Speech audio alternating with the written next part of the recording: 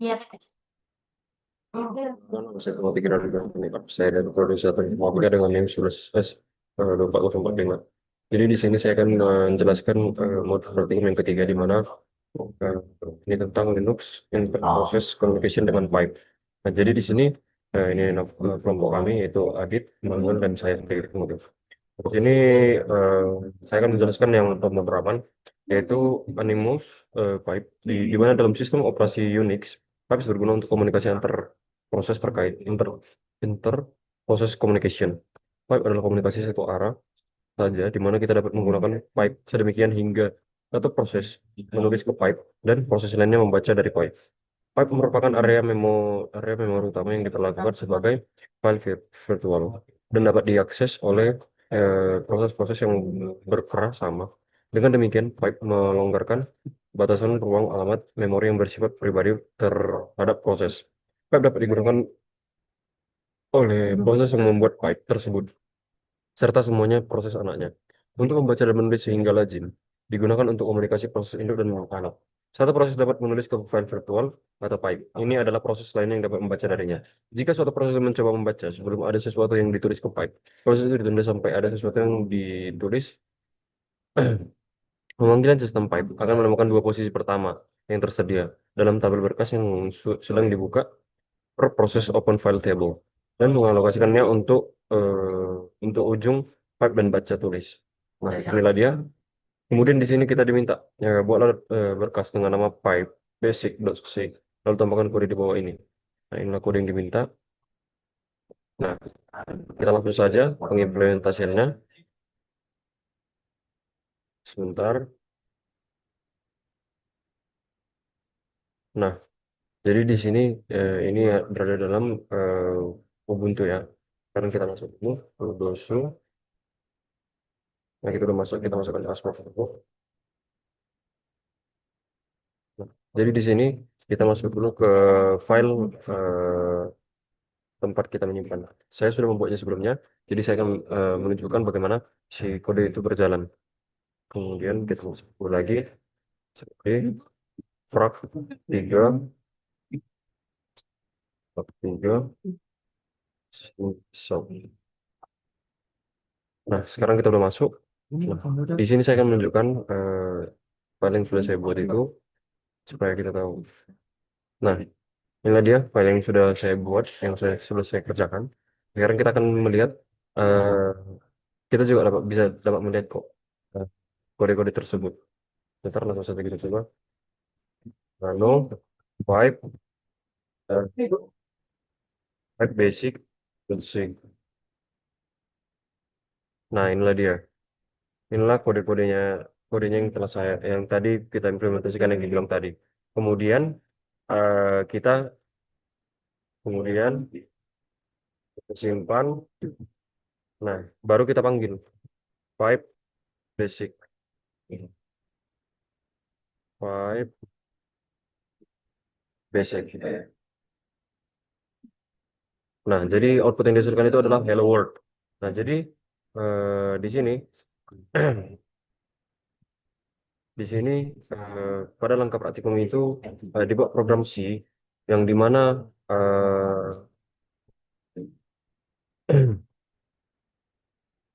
yang dimana eh, program C menggunakan eh, mekanisme mekanisme pipe untuk komunikasi antar proses dalam satu program. Program mendefinisikan sebuah pesan MSG1 berisi teks hello world dengan ukuran buffer sebesar 16 byte atau MSG size. Di dalam fungsi main dibuat sebuah array integer P2 yang digunakan sebagai deskriptor file pipe, di mana P1 berfungsi sebagai ujung write dan V0 sebagai ujung read. Nah, kemudian program kemudian memanggil fungsi pipe untuk menginisialisasikan pipe dan jika gagal maka program langsung keluar dengan exit. Jadi setelah pipe berhasil dibuat, program menulis pesan SMG1 dari pipe ke dalam pipe melalui write P1 MSG1 MSG size, lalu membaca kembali data tersebut dari pipe menggunakan read in buff MSG size ke dalam buffer in buff. Hasil eh, pembacaan kemudian dicetak ke layar menggunakan print printf sehingga menghasilkan output hello world dengan cara program mendemonstrasikan cara kerja pipe unidirectional dalam satu proses, di mana data yang ditulis ke salah satu ujung pipe dapat dibaca kembali dari ujung lainnya sebagai dasar mekanisme komunikasi antar proses, interprocess communication atau IPC dalam sistem operasi. Jadi eh, di dalam, sebentar kita buka dulu filenya. Di dalam, nah, dalam kode ini pada baris ke-13 itu terdapat pengecekan keberhasilan. Pada baris ke-13 kan, berarti di sebentar 1, 2, 3, 4, 5, 6, 7, 8, 9, 10, 11, 12, 13. Nah, eh, mungkin itu di bagian if ini ya. Pada baris ke-13 terdapat pengecekan keberhasilan dari pembuatan pipe berdasarkan dari nilai returnnya. Jika nilainya kurang dari nol, maka pembuatan pipe gagal, dan jika nilainya sama dengan nol, maka pembuatan pipe itu berhasil. Terus pada baris ke-19 itu fungsi write. Nah, fungsi write di sini itu untuk menuliskan data pipe yang telah dibuat. Jadi parameter pertama dari fungsi fungsi di atas adalah FD atau file description descriptor, di mana P1 merupakan FD untuk write end pada pipe. Parameter kedua adalah buffer untuk menuliskan data. Data yang akan dituliskan pada buffer diisi dengan variabel MSG1. Parameter terakhir merupakan panjang dari buffer tersebut. Kemudian pada baris yang ke-23 itu bagian read P0 in buff MSG size, di mana parameter pertama berfungsi di atas adalah FD atau file descriptor, di mana P0 merupakan FD untuk read the end pada pipe. Parameter kedua adalah buffer untuk membaca data. Terus parameter terakhir itu merupakan panjang dari buffer tersebut. Kemudian kita lanjut ke soal nomor 2. Bentar.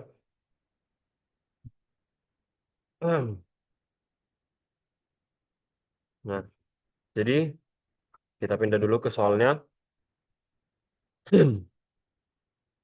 Nah,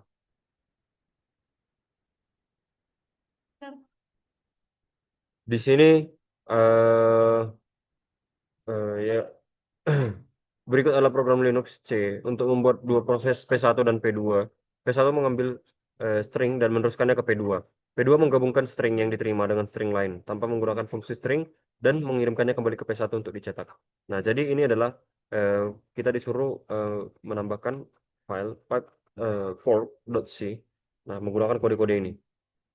Nah, kemudian kalau misalnya udah Kemudian kalau misalnya sudah berhasil nanti kita jalankan, maka dia akan menghasilkan output seperti ini.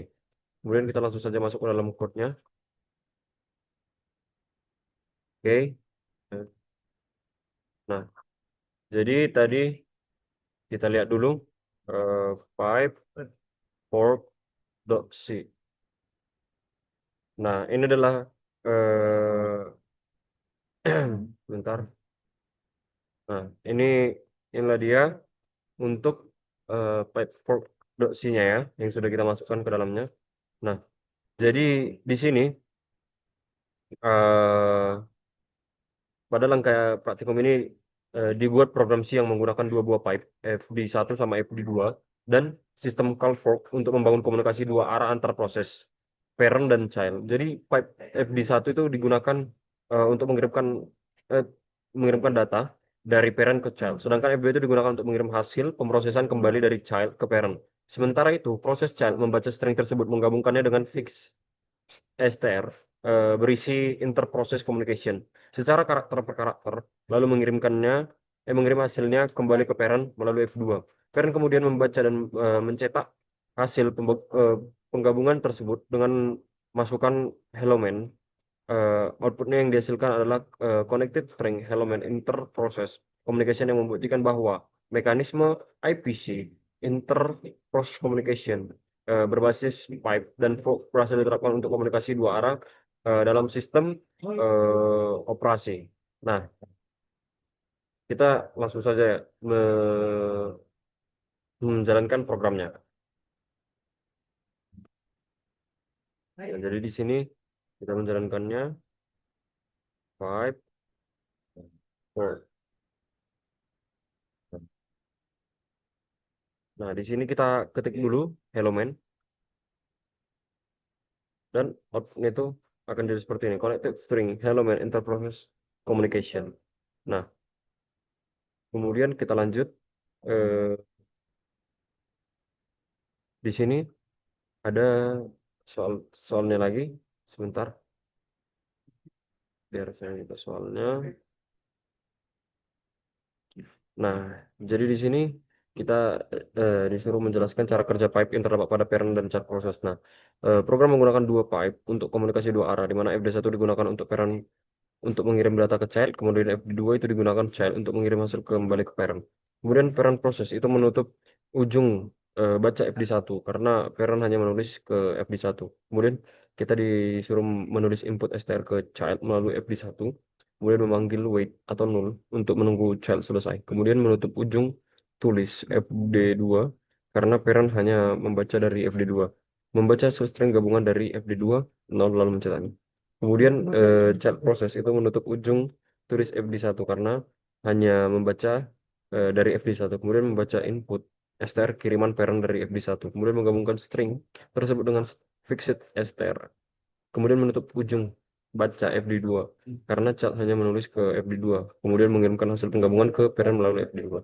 Nah, kemudian kita disuruh eh, modifikasi pipe forknya itu yang menampilkan nama nih prodi kita.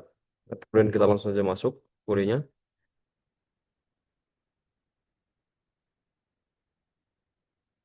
Kita masuk nano pipe work. C. Nah, berikut adalah eh, kodenya. Nah, jadi eh, sebentar.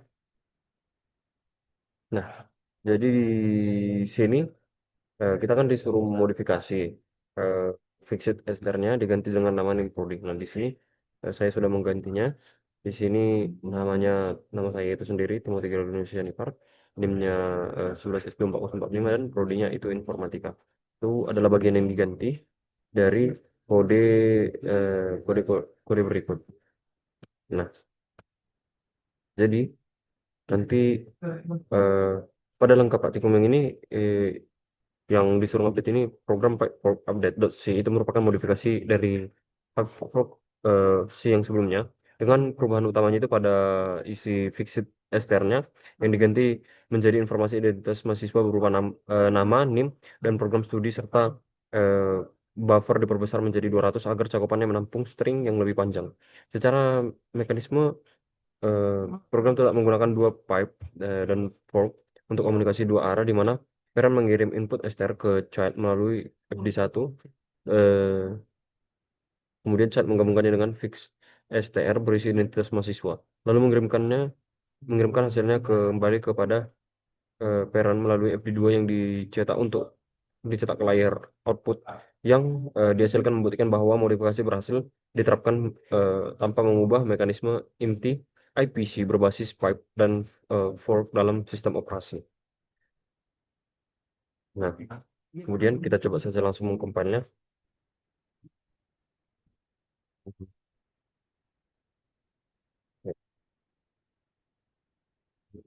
Kita jalankan pipe fork di titik.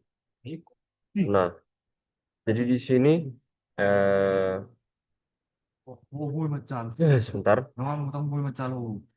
Nah, jadi di sini kita tulis dulu string yang pertama yaitu misalnya kita tulis si shop. Nah, di sini hasil outputnya itu connect string si shop itu nama Timothy Graduation Shanipar, kemudian NIM 11S24045, kemudian prodi informatika. Kemudian kita lanjut ke soal yang keempat di sini. Eh, di sini kita disuruh membuat prosedur berkas pipe wr.c dan eh, nanti eh, kita juga disuruh membuat eh, wait, kita juga disuruh membuat file dengan nama pipe.rw.c. Tadi kan WR dan sekarang itu RW. Nah, itu kayak kedua program ini nanti dia akan saling terhubung. Jadi kayak misalnya kita eh, ada bagian word-nya, ada bagian read-nya. Jadi nanti eh, eh, kita langsung saja masuk ke kodenya biar nanti kita bisa tahu kayak mana eh, pengimplementasiannya. Oke. Nah, jadi eh, kita di sini kita harus membuka dua terminal karena itu si pipe-nya tadi itu komunikasi dua arah. Kita buka satu lagi di Windows. Kita masukkan dulu sudo masukkan passwordnya cd dokumen eh, cd dokumen kemudian cd eh, d rak 3 sysop. Nah, jadi di sini kita langsung saja masuk sebentar. Sebelumnya kita harus tahu dulu yang mana eh, yang mana word, yang mana read. Nah, jadi di sini WR itu adalah yang write dan RW itu adalah yang read. Nah, jadi kita duluan memasukkan pesan dari WR ke baru RW yang bakal menerima. Jadi di sini WR, no, sebentar. Jadi di sini kita buka dulu pipe WR satu. Eh, Nah, di sini juga harus kita buka pipe pipe pipe RW.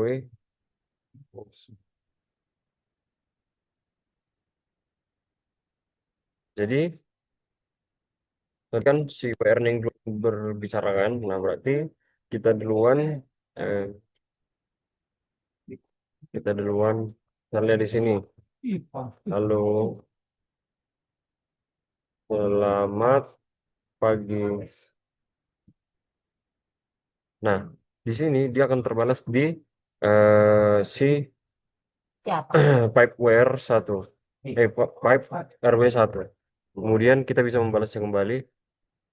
eh,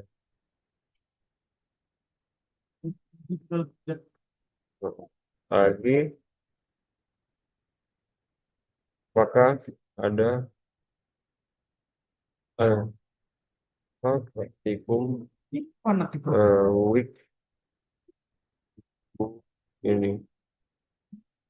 Nah, lihat di sini dia juga membalas user 2 selamat pagi apa praktikum week minggu ini. Nah, itulah cara kerjanya sih eh kedua file tersebut.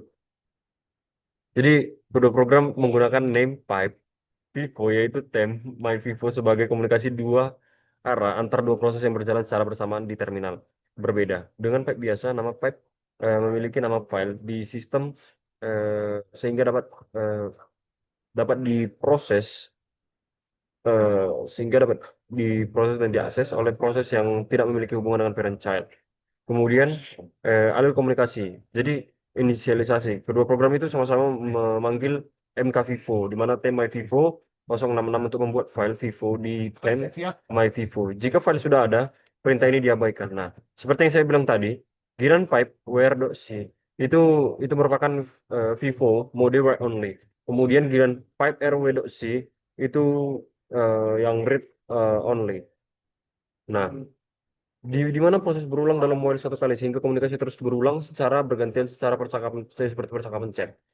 Nah, kemudian kita masuk ke bagian eh, ke bagian tugas pemrograman, di mana di sini kita disuruh membuat dari mana kita disuruh membuat dua program yang saling bekerja sama dalam dalam untuk mengurutkan angka dengan spesifikasi sebagai berikut. Program pertama, Master C, adalah program yang bertugas, di mana membuat sebuah array bertipe integer dan mengisi elemen-elemennya secara acak. Jumlah elemen array diserahkan kepada Anda. Kemudian di sini menuliskan array tersebut ke name pipe untuk dibaca oleh program kedua. Kemudian yang ketiga itu menunggu pengurutan array yang dilakukan oleh program kedua. Lihat butir B. Dan membaca array yang telah diurutkan oleh program kedua. Mencetak. Nah, ini ada contohnya. Nah, jadi kita langsung mencontohkan saja eh, eh, tugasnya ini. Oke. Jadi di sini eh, disuruh membuat dua file yaitu master dan worker. Nah, jadi sama seperti tadi juga, di mana nanti kayak gini outputnya. Misalnya si masternya eh, ngasih awalnya itu 8536776587. Nah, kemudian nanti worker yang mengurutkan. Nah, oke. Sekarang kita masuk dalam pengimplementasiannya. Di sini juga kita menggunakan dua terminal yang berbeda. Nah, sebentar. Nah, oke. Di sini kita keluar dulu. Nah, jadi kita masuk ke file master. Oh, master.c. Oh, file master. Nah, inilah array awal yang dari si masternya. Kemudian kita buka yang worker. Nah, workernya di sini kita buka. Oh, worker. Nah, jadi workernya sedang mengurutkan di sini. Kemudian kita lihat lagi kepada, nah, di sini master array-nya terlalu dari worker di mana 34, 62, 67, 75, dan 80. Seperti itulah contohnya. Nah, jadi sebenarnya di sini kalau di bagian C, eh, bagian semesternya, pada langkahnya ini itu program master C itu berperan sebagai proses membuat array integer berukuran 5 elemen dengan nilai acak yang menggunakan range yang desain dengan time null agar nilainya berbeda setiap eksekusi. Kemudian mencetak sebagai array awal, lalu membuka vivo dalam mode write only untuk mengirimkan ukuran array n beserta elemen ke worker C.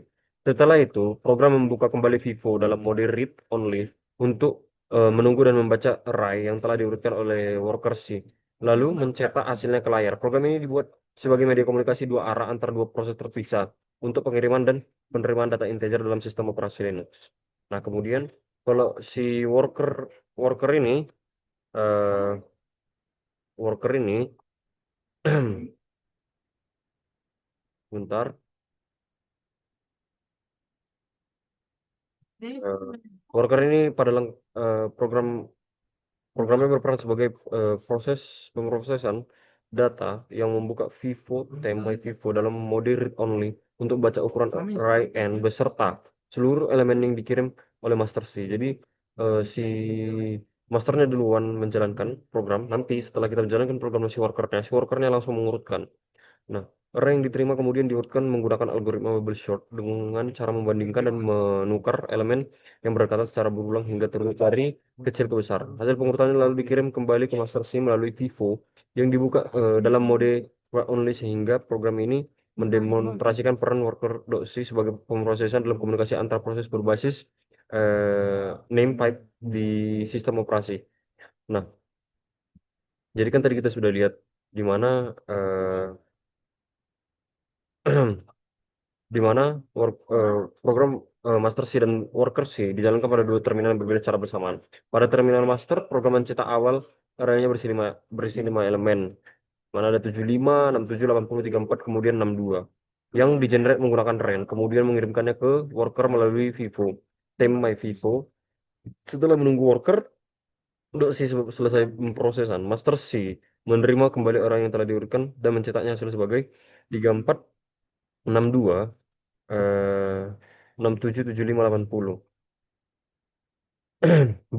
Itu membuktikan bahwa pengurutan dari kecil ke besar berhasil dilakukan dengan benar. Dan pada terminal worker, program mencetak worker sedang mengurutkan, yang menandakan bahwa array berhasil diterima dari master C yang ini. Nah, di sini worker sedang mengurutkan. Nah, setelah itu kedua output ini membuktikan bahwa komunikasi dua arah antar proses menggunakan name pipe berjalan dengan baik, di mana prosesor master C berperan sebagai pengirim dan penerima hasil, sedangkan worker C berperan sebagai pemrosesan data dalam sistem operasi Linux. Mungkin sekian yang dapat saya jelaskan. Terima kasih.